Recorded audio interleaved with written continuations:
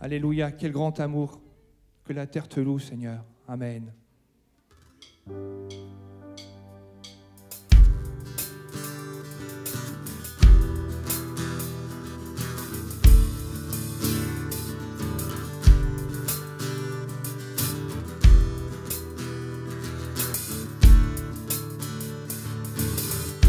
Quel grand amour, que la terre te loue, que la terre te loue.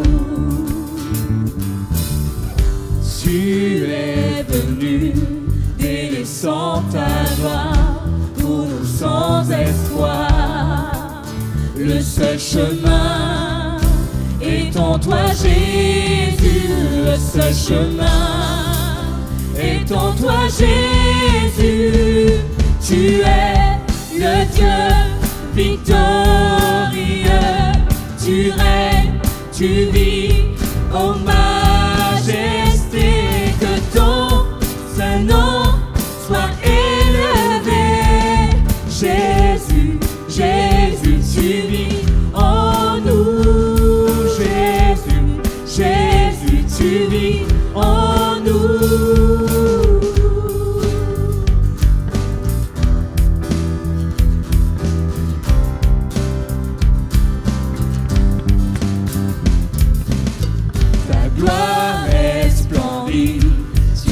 Glorieux, tu es glorieux,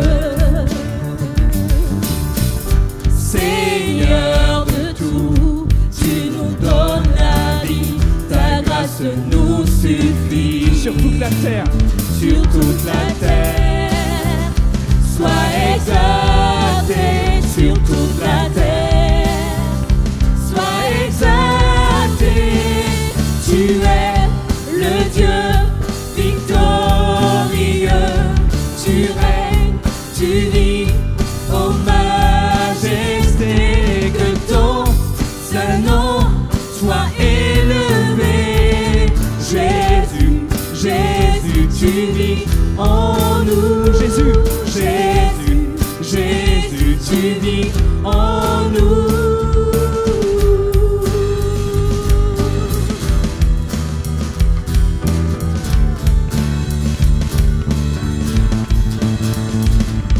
Tu as écrasé l'ennemi, nous sommes libres, nous sommes libres.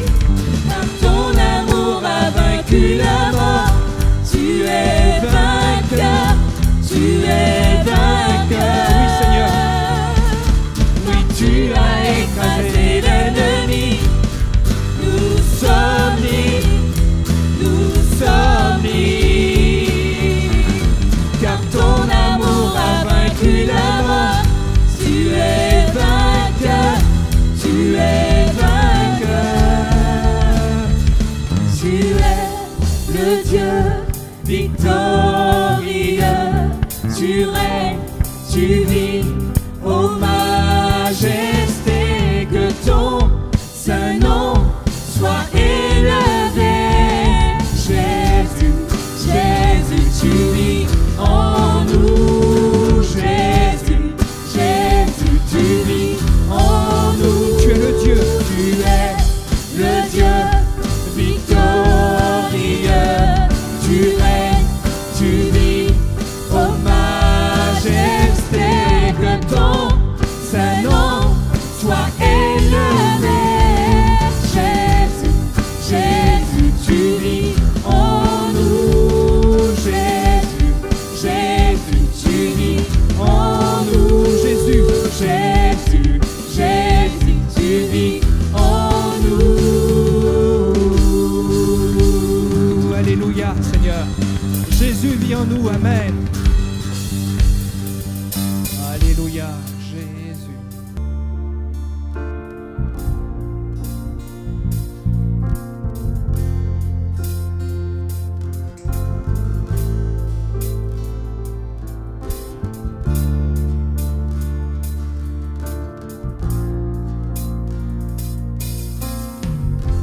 Ta grâce infinie remplit ma vie. Oui, je crois en ta parole, je t'attendrai, approche-toi. Saint-Esprit, renouvelle-moi, je me prosternerai, je me prosternerai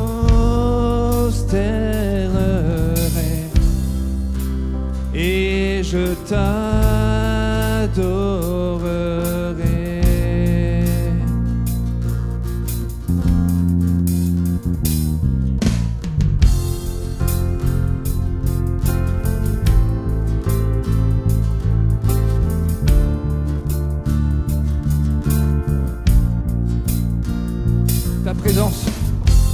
Ta présence en moi est ma lumière, par la force de ta parole, tu me restaures, tu me rachètes, et ton esprit me libère.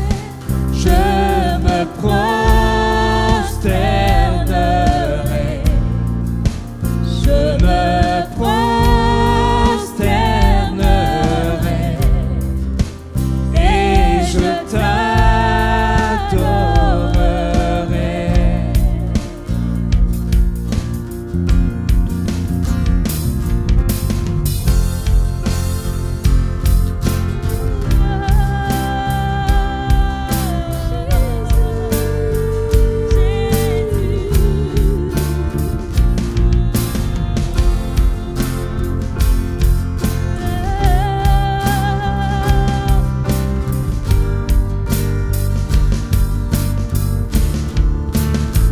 Tu as choisi.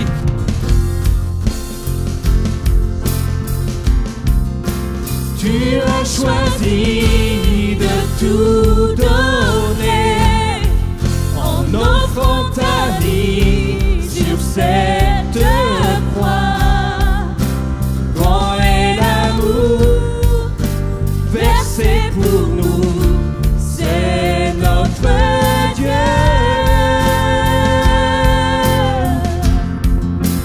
Ressuscité, oh élevé, pour toujours tu es glorifié.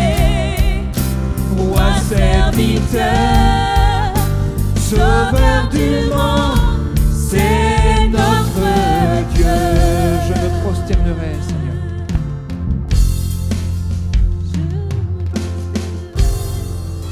Je me prosternerai, je me prosternerai et je t'adorerai. Je me prosternerai, Seigneur, devant toi.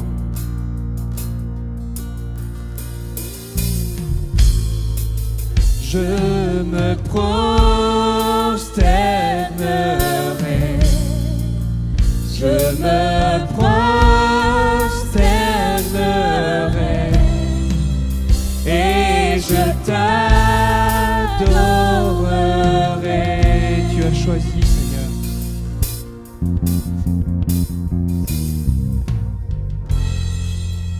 Tu as choisi de tout donner en offrant ta vie sur cette croix. Grand est l'amour versé pour nous, c'est notre Dieu. Ressuscité, oh élevé, pour toujours tu es glorifié.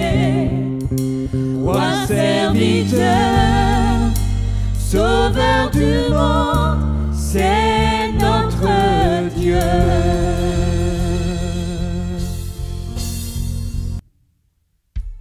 L'heure de la victoire.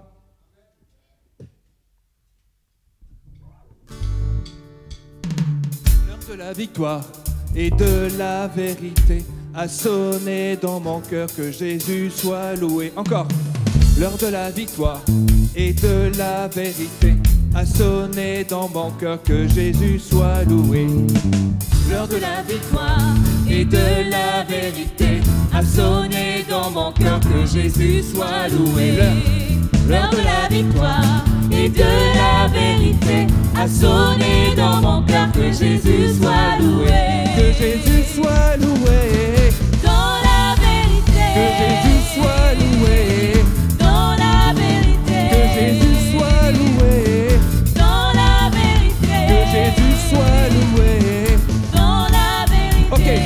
L'heure de la victoire et de la vérité a sonné dans mon cœur, que Jésus soit loué. L'heure de la victoire et de la vérité a sonné dans mon cœur, que Jésus soit loué. L'heure de la victoire et de la vérité a sonné dans mon cœur, que Jésus soit loué. L'heure de la victoire et de la vérité a sonné dans mon cœur, que Jésus soit loué. Que Jésus soit loué. Dans la vérité. Que Jésus soit loué. Dans la vérité. Que Jésus soit loué. Dans la vérité. Que Jésus soit loué. Dans la vérité. Loué, loué. Gloire à Jésus. Péché, moi effacé. Loué, loué. Gloire à Jésus. Péché, moi effacé. Loué, loué, loué. Loué, loué. Gloire à Jésus.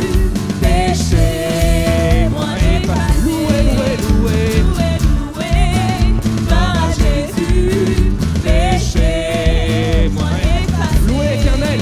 Loué, loué. Gloire à Jésus. Péché, moi effacé. Loué, loué.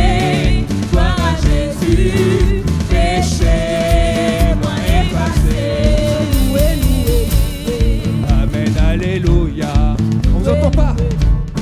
Amen, alléluia. Amen, alléluia. Amen, alléluia. Loué l'Éternel. Loué l'Éternel.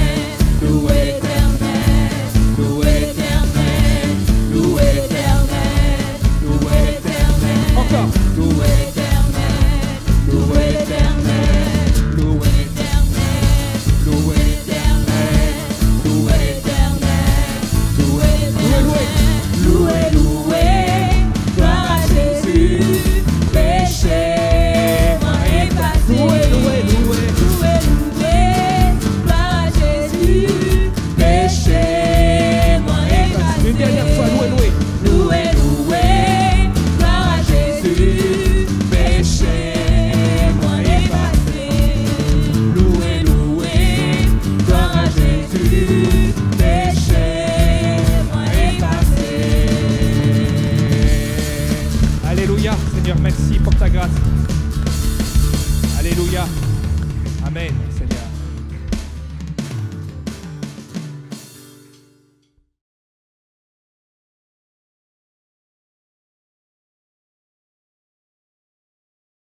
Ce matin, que nos regards se tournent vers Dieu. Amen. Et que nous puissions nous attendre à ce qu'il a préparé d'avance pour nous. Amen. Alléluia. Nous souhaitons la bienvenue à tous nos frères et sœurs qui nous visitent, les amis qui nous visitent pour la première ou les premières fois. Aux internautes, ceux qui suivent sur YouTube et d'autres réseaux sociaux, soyez bénis. Et nous nous réjouissons de ce que la parole de Dieu est annoncée partout. Quels que soient les moyens, notre désir, c'est que Christ soit annoncé, que des hommes, des femmes soient à l'écoute de l'Évangile. Amen. Et qu'ils se détournent de leur mauvaise voie et se tournent vers le Dieu vivant et vrai. C'est la présence de l'Église. Et nous prions, nous intercédons pour qu'il y ait un grand nombre au sein des nations qui connaissent notre Seigneur et Sauveur Jésus. Amen. Alléluia. Et sans tarder, j'aimerais ce matin prendre le temps de réfléchir avec vous sur quelques versets bibliques. Je vous invite à ouvrir la parole de Dieu dans 1 Samuel, chapitre 8. 1 Samuel, chapitre 8. On va prendre quelques versets ce matin. 1 Samuel, chapitre 8. Lorsque Samuel devint vieux, il établit ses fils et juges sur Israël. Son fils premier-né se nommait Joël et le second Abijah. Ils étaient juges à Beersheba. Les fils de Samuel ne marchèrent point sur ses traces. Ils se livraient à la cupidité, recevaient des présents et violaient la justice. Tous les anciens d'Israël s'assemblèrent et vinrent auprès de Samuel à Rama. Ils lui dirent, « Voici, tu es vieux, et tes fils ne marchent point sur tes traces. Maintenant, établis sur nous un roi pour nous juger, comme il y en a chez toutes les nations. »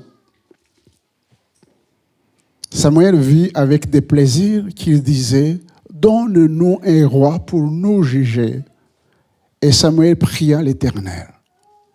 L'Éternel dit à Samuel, « Écoute la voix du peuple dans tout ce qu'il te dira, car ce n'est pas toi qui rejettes, c'est moi qui rejette, afin que je ne règne plus sur eux. »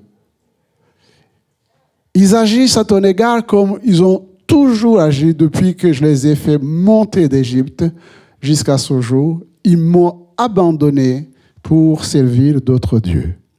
Dans Galates, dans le Nouveau Testament, Galates chapitre 3, Galates chapitre 3 et verset 1er, « Ô Galates dépourvus de sens, qui vous a fasciné, vous, aux yeux de qui Jésus-Christ a été peint comme crucifié. Voici seulement ce que je vais apprendre de vous. Est-ce par les œuvres de la loi que vous avez reçu l'Esprit ou par la prédication de la foi? Êtes-vous tellement dépourvus de sens? Après avoir commencé par l'Esprit, voulez-vous maintenant finir par la chair? » Galates 5, verset 7. Vous courriez bien, qui vous a arrêté pour vous empêcher d'obéir à la vérité. Est-ce qu'on peut prier? Seigneur, nous plaçons nos cœurs devant toi et nous voulons laisser l'Esprit de Dieu nous éclairer, chacun individuellement. Nous sommes réunis parce que nous désirons apprendre à te connaître pour mieux te servir. Merci parce que tu nous as donné ton esprit. L'esprit qui nous convainc de péché, de justice, de jugement et qui nous conduit dans tes voies. Bénis chaque frère, chaque sœur. Bénis chaque ami afin qu'en sortant, Seigneur, de ces lieux, nous puissions avoir des cœurs vivement touchés et fortifiés dans le nom de Jésus. Amen. Ça fait quelques semaines que nous revenons sur le ministère de Jésus et le ministère de l'Esprit. Pour vous rappeler, chers frères et sœurs, que c'est parce que nous sommes aimés. Amen. Aimé par Dieu, qu'il ne peut pas se réjouir de nous voir dans la misère, dans la tristesse, dans le péché, loin de lui. Et c'est un constat aussi, nous sommes incapables de nous sortir nous-mêmes du péché. Et nous avons encore et encore répété ce verset merveilleux, car Dieu a tant aimé le monde qu'il a donné son Fils unique afin que quiconque, et tu es ce quiconque ce matin. Ce n'est pas par hasard que tu es là. C'est parce que l'Église a prié. C'est parce que la volonté de l'Église, c'est que chacun d'entre nous soit touché par l'Évangile, afin que quiconque croit en lui ne périsse point, Même si dans le monde, on nous dit que tout va bien ou tout va mal quand il est question simplement de politique, d'économie, mais on sait que le péché fait des ravages. Mais Jésus est venu pour nous sauver. Il est venu pour nous sauver. Et Christ en mourra sur la croix. Nous avons insisté sur son ministère. En mourra sur la croix, il a vaincu le péché. Amen. L'acte qui nous condamnait, il a détruit. Amen. L'acte qui te condamnait, mon frère, ma soeur, si tu as accepté Jésus, a été déchiré. Parce que Christ est mort sur la croix. Et la Bible nous dit que bien plus, il est ressuscité. Amen. Il est ressuscité. Il nous a sortis de la boue du péché. Nous chantons que les chaînes soient tombées, les liens de l'iniquité soient brisés. Eh bien, nous faisons bien. Parce que nous croyons que Christ a brisé les chaînes à la croix du Calvaire. Et que désormais, personne ne peut nous condamner. Est-ce que vous croyez à la parole de Dieu? Est-ce que votre foi est fondée sur la parole de Dieu? Il n'y a donc maintenant aucune condamnation pour ceux qui sont en Jésus-Christ. Et même ceux qui ne sont pas en Jésus-Christ, Dieu ne les condamne pas, il les cherche. C'est pourquoi nous sommes appelés à témoigner. Jésus, après sa résurrection, nous l'avons vu, eh bien, il nous a promis aujourd'hui, c'est la fête de la Pentecôte. Mais Pentecôte, c'est tous les jours. C'est ce que nous allons voir. C'est tous les jours. Il ne faut pas nous souvenir qu'une fois, Dieu, dans sa bonté, a envoyé son esprit. Il a envoyé son esprit pour que nous puissions connaître la vérité. Il est avantageux pour vous, disait Jésus à ses disciples. Il est avantageux pour nous. Parce que si je m'en vais, je vous enverrai le consolateur, l'esprit de vérité, qui vous conduira dans ce monde où il n'y a pas de vérité, où il y a des injustices, des compromis, des compromissions. Eh bien, l'esprit de vérité vous conduira dans toute la vérité. Dans un monde où il n'y a que le péché, la souillure, eh bien, l'esprit de sainteté vous conduira dans la sainteté. Et vous serez saints parce que votre Père céleste est saint. C'est cette volonté du Père de ne pas nous laisser seuls face à nos problèmes que Dieu a envoyé son Esprit Saint pour que nous puissions aussi, pour ceux qui le connaissent, être ses témoins. Vous recevrez une puissance, nous dit la parole de Dieu. Le Saint-Esprit survenant sur vous, vous serez mes témoins. Vous serez mes témoins. Changés, transformés, eh bien nous sommes témoins de Jésus par nos vies. Je rappelle que nous sommes des lettres écrites par le Saint-Esprit et ces lettres doivent être lues par ceux qui nous entourent. Nous sommes imparfaits, mais imparfaits de bonne odeur. Imparfaits de bonne odeur. Et je reviens donc sur cette interrogation, ces questions que je vais aussi vous poser puisque je me les suis posées. Comment, chers frères et sœurs, avez-vous commencé votre vie avec le Seigneur Jésus-Christ? Je pense qu'à un certain moment, il faut que nous puissions nous arrêter, faire un bilan, regarder notre marche. Je ne sais pas quand est-ce que vous avez accepté Jésus comme votre Seigneur et Sauveur personnel. J'ose espérer que votre foi, ce n'est pas une adhésion simplement à une institution, même pentecôtiste, mais que vous avez réellement rencontré le Seigneur. Et quand Jésus entre dans une vie, il y a certainement un changement. Il y a un changement. Sinon, nous ne sommes que des adhérents, des religieux. La différence entre un religieux et un enfant de Dieu, c'est parce que nous savons que nous étions des pécheurs, la Bible le dit. que nous étions condamnés et que maintenant, en recevant Jésus comme notre Seigneur et Sauveur personnel, il y a un changement. Changement de mentalité, changement d'attitude dans ce que nous disons et dans ce que nous faisons. Et Galates nous pose cette question en lisant cet épître. Alors, quel regard portez-vous maintenant sur votre marche chrétienne après quelques années, peut-être quelques mois, avec le Seigneur? Êtes-vous découragé, abattu, déçu, désabusé, blessé, amer ou joyeux, heureux? Ne me répondez pas. Je voudrais rapidement vous rappeler 3 exemples. Le premier exemple, c'est cet homme qu'on appelle l'eunuque éthiopien, qui en revenant de Jérusalem, eh bien, il était seul dans son char.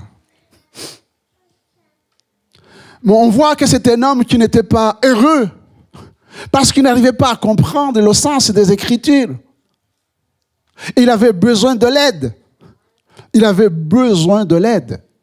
Et la Bible nous dit que l'Esprit de Dieu, cet esprit que nous avons reçu, eh bien, s'est approché de l'évangéliste Philippe pour lui dire « Approche-toi de ce char ». Et je suis convaincu que si nous sommes baptisés du Saint-Esprit, eh bien, le Saint-Esprit nous dira toujours « Approche-toi de ton ami ». De la personne qui a réellement besoin de connaître le Seigneur. Parce que, oui, heureusement d'ailleurs, dans ce monde, il y a des hommes et des femmes qui cherchent Dieu. Plaise à Dieu que nous soyons, nous, enfants de Dieu, sensibles à l'Esprit de Dieu. Approche-toi de ce char. Approche-toi de cet homme, de cette femme, de ce jeune qui a besoin de connaître Dieu. Et Philippe a obéi, s'est approché. Et c'est Philippe qui va commencer à lui expliquer la parole de Dieu, Ésaïe 53, pour lui dire pourquoi Jésus est venu.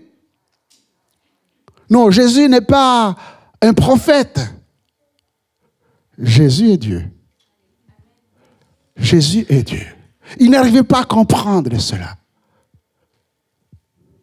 Et cet homme, en passant devant l'eau, il a posé la question, mais qu'est-ce qui m'empêche d'être baptisé?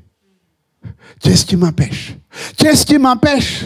Et on peut, chers frères et sœurs, peut-être développer dans nos vies, qu'est-ce qui nous empêche les uns les autres de plaire à Dieu, de marcher dans les voies de Dieu?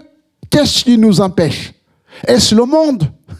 C'est quoi qui m'empêche vraiment de vivre la vie que le Seigneur a préparé d'avance pour chacun d'entre nous?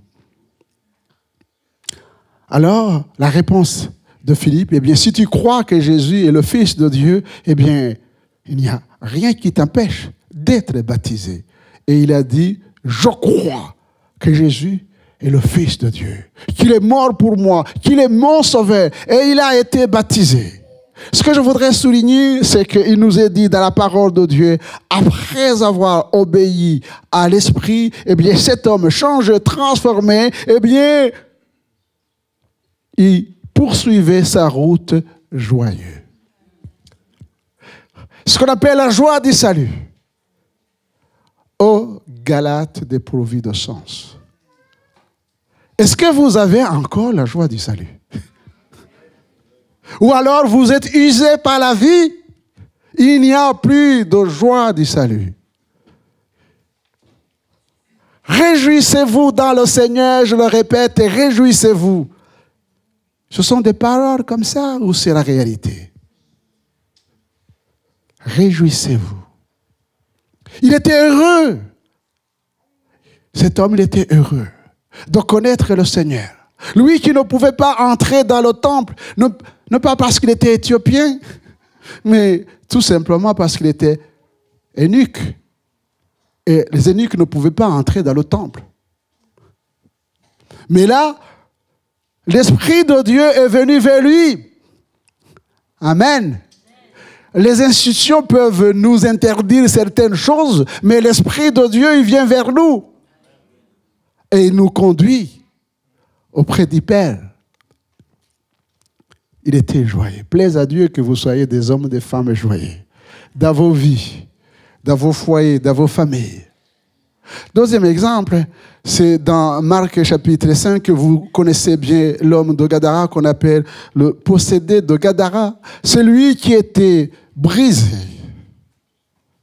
qui n'avait plus de famille, pourtant il avait une famille. Mais personne ne pouvait contrôler cet homme à cause des puissances mauvaises. Je rappelle que quand vous lisez Colossiens chapitre 2, là où l'acte qui nous condamnait a été déchiré, eh bien la Bible nous dit que en même temps, le Seigneur Jésus a dépouillé les dominations et les autorités, les puissances mauvaises, les démons, le diable. Il les a livrés publiquement en spectacle, en triomphateur par la croix. La puissance de la croix. Il a brisé les puissances mauvaises. Et Jésus a libéré cet homme. Il a délivré cet homme. Cet homme qui ne pouvait pas être tranquille, qui ne connaissait pas ce que c'est être dans la paix. La Bible nous dit qu'il a trouvé sa place auprès de Jésus. Il était dans le beau sens. Le beau sens. Calme et tranquille. Il était en paix. Êtes-vous des hommes tourmentés ou des hommes en paix? Qu'est-ce qui tourmente vos cœurs? Qu'est-ce qui vous empêche d'être en paix? Parce que le Dieu de paix est avec ses enfants.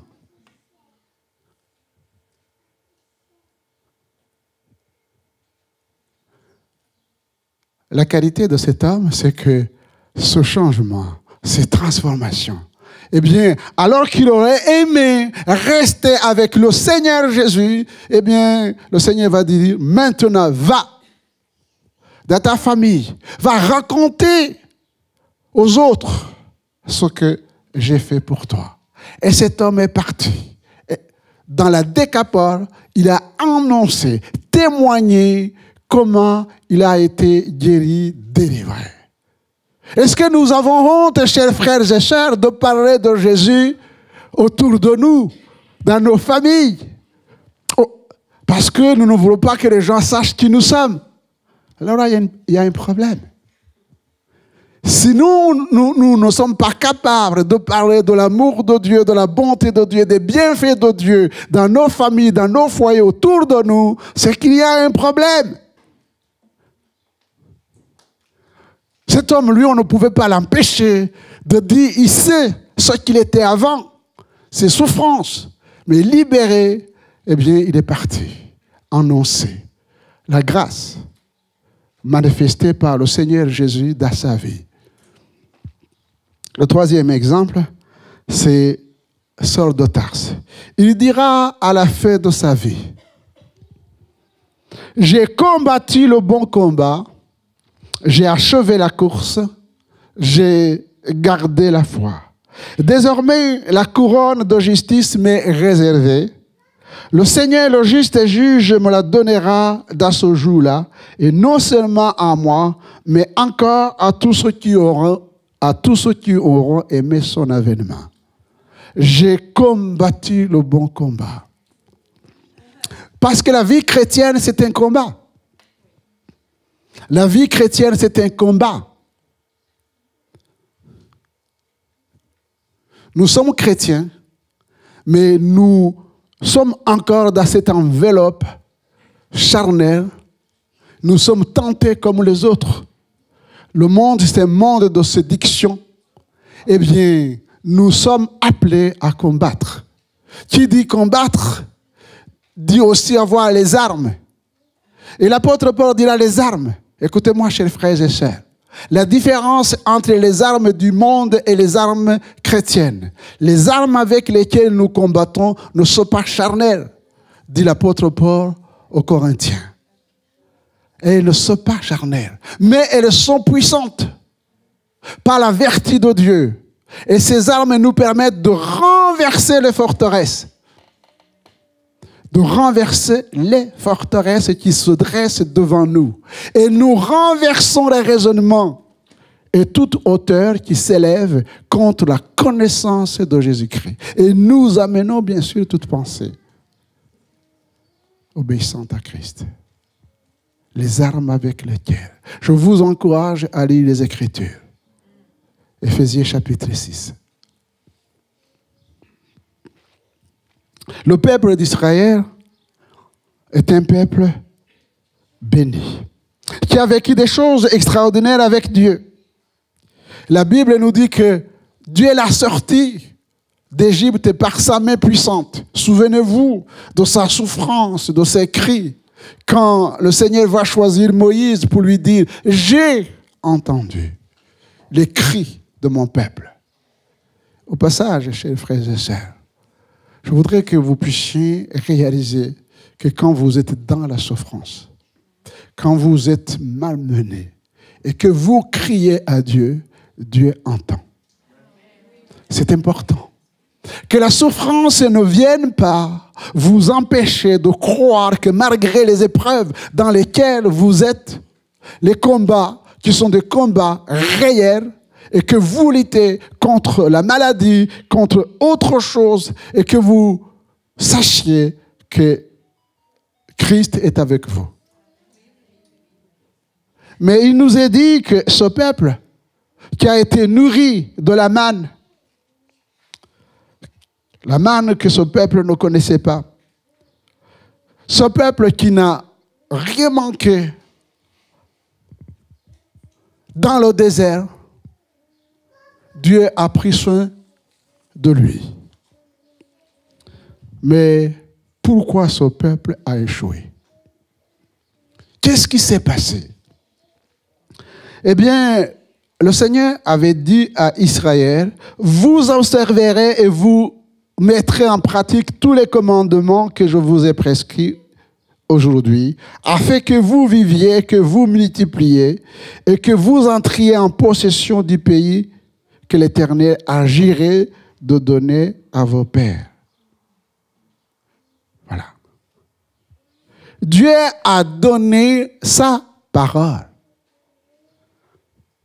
Dieu nous a donné sa parole pour que nous puissions connaître le cœur de Dieu, pour que nous puissions connaître la raison pour laquelle nous sommes ici sur la terre. Vous pensez, chers frères et sœurs, que notre but, c'est de naître, grandir, étudier, travailler, se marier, avoir des enfants, avoir une maison, une belle voiture, et ça s'arrête là en attendant la mort. C'est ça vraiment notre destinée. Si c'est cela, eh bien nous sommes les hommes les plus malheureux du monde. Mais notre foi en Jésus-Christ nous permet de voir au-delà. Nous ne sommes pas d'ici-bas. Amen. Nous ne sommes pas d'ici-bas. Même si nous sommes encore sur la terre, le Seigneur Jésus dira à ses disciples, je vais vous préparer une place. Je reviendrai, je vous prendrai, afin que là où je suis, vous y soyez aussi. Mais en attendant, eh bien, je vous laisse ma parole, je vous laisse mes commandements, je vous laisse mes ordonnances. Mes commandements ne sont pas pénibles. Et le peuple d'Israël a échoué. Mais pourquoi? Pourquoi le peuple, alors qu'il était guidé par l'Éternel, a choisi un roi comme les autres nations? Et si la tentation, chers frères et sœurs, concernant l'Église, si c'était le monde, être comme le monde, nous voulons un roi qui règne sur nous comme les autres nations. Autrement dit, nous rejetons le règne de Dieu. Et c'est notre combat de tous les jours, chers frères et sœurs. eh bien, on dirait qu'il y a des puissances mauvaises, des tentations qui cherchent à ce que le règne de Dieu disparaisse de nos vies et qu'il y ait quelqu'un qui prenne une autre place.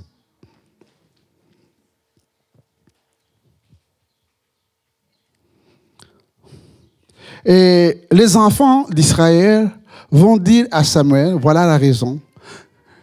Eh bien, nous voulons un roi parce que tes fils, eh bien, ne marchent pas dans tes traces. On ne voit pas Dieu dans leur vie. Donc, ils ne peuvent pas être juges, conducteurs. Oui, c'est une raison, mais Dieu va dire, ce n'est pas la vraie raison. Il est vrai que ces hommes étaient cupides. Il est vrai que ces hommes étaient adultères. Ils couchaient avec les femmes dans le temple. Lisez 1 Samuel. Et les gens, le peuple a dit, nous ne voulons pas ces gens-là. Mais sauf que ces gens qui ne voulaient pas, ces conducteurs, et c'est bien de les dénoncer, faisaient la même chose.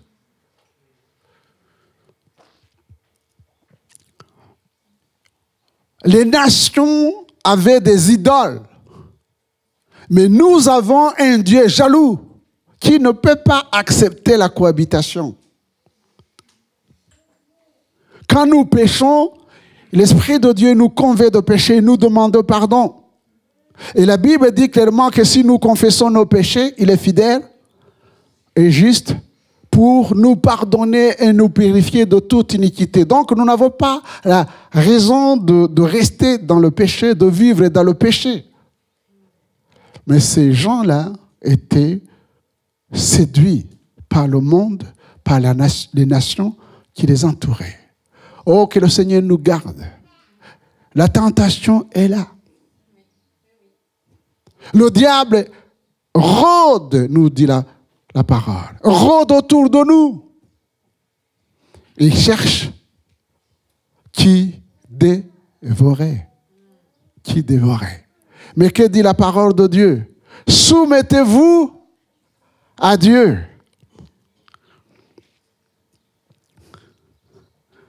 La soumission, ce n'est pas inné.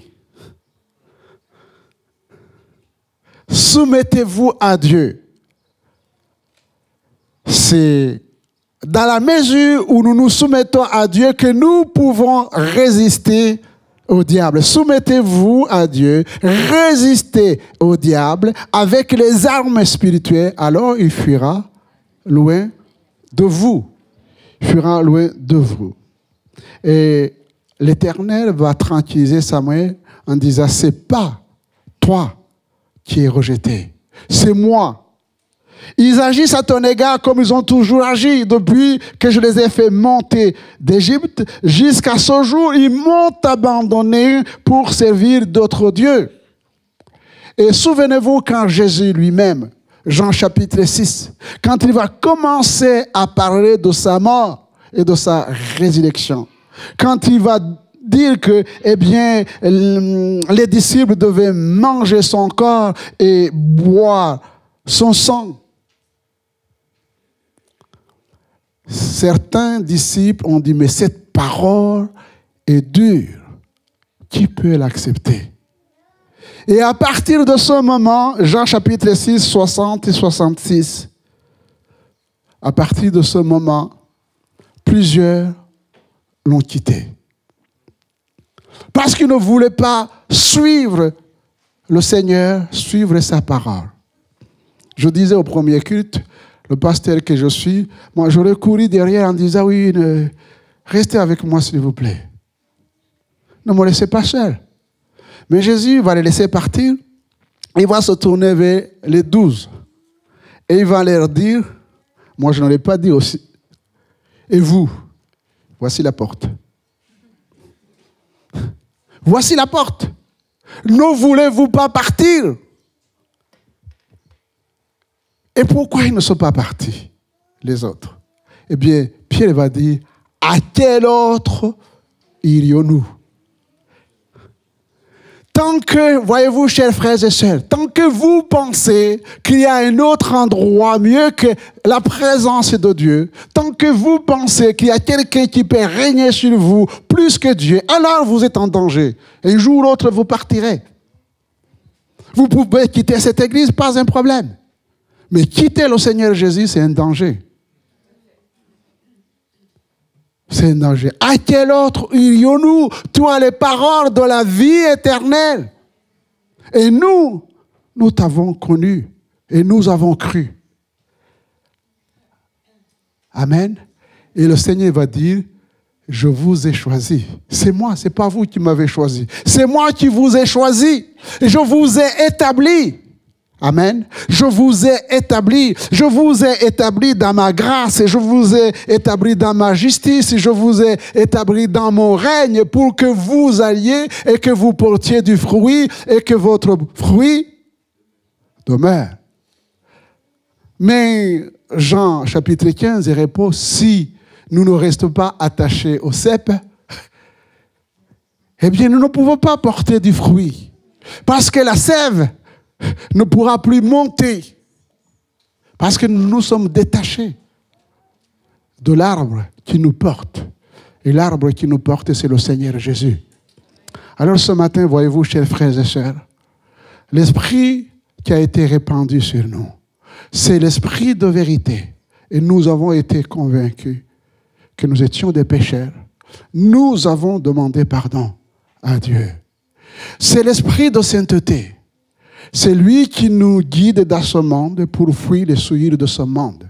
Mais c'est l'esprit de promesse qui nous assure que nous ne sommes pas seuls, qu'il est avec nous et que le Seigneur Jésus revient bientôt nous chercher. Alors, ne soyons pas comme des orphelins.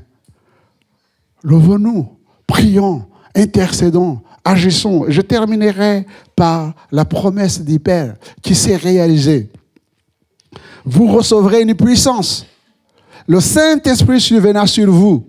Vous serez mes témoins. Amen. Est-ce que nous sommes témoins de Jésus-Christ?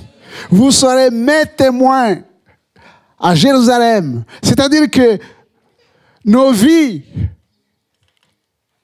dégagent un parfum de bonne odeur qui parle de Christ.